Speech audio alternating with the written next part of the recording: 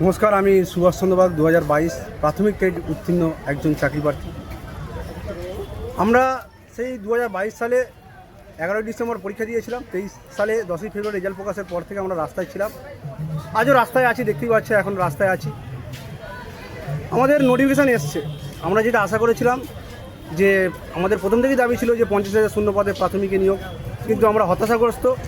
13,421টা vacancy দিয়ে আমাদের interview notification প্রকাশিত হলো।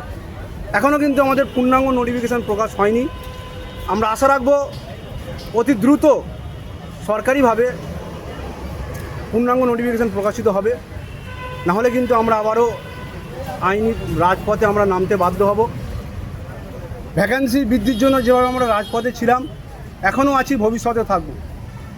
যেখানে মুখ্যমন্ত্রী স্বয়ং বলেছেন যে ওনার কাছে শিক্ষক পদে 1 লক্ষ শূন্যপদ আছে, সেখানে এই 13,400 শূন্যপদ কোথা থেকে এলো? এটা আমাদের প্রথম প্রশ্ন, যার সদুত্তর কিন্তু আমরা পাইনি। তাই ভ্যাকান্সি বৃদ্ধির জন্য লড়াই চলছে, লড়াই জারি থাকবে।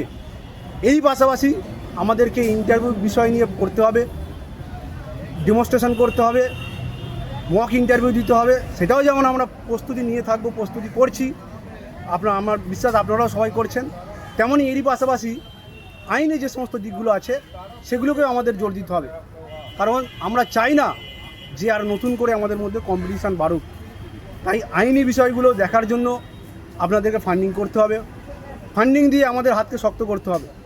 অলরেডি আমরা অক্ষয় বর্মন কোচিং সেন্টার নামে একটা QR কোড দিয়েছি। আপনারা সেখানে আপনাদের সাধ্যমতো ফান্ডিংয়ের সাহায্যের হাত বাড়িয়ে দিন। 28 তারিখে মাননীয় হাইকোর্ট খুলছে, আমরা আইনি পথগুলো দেখব।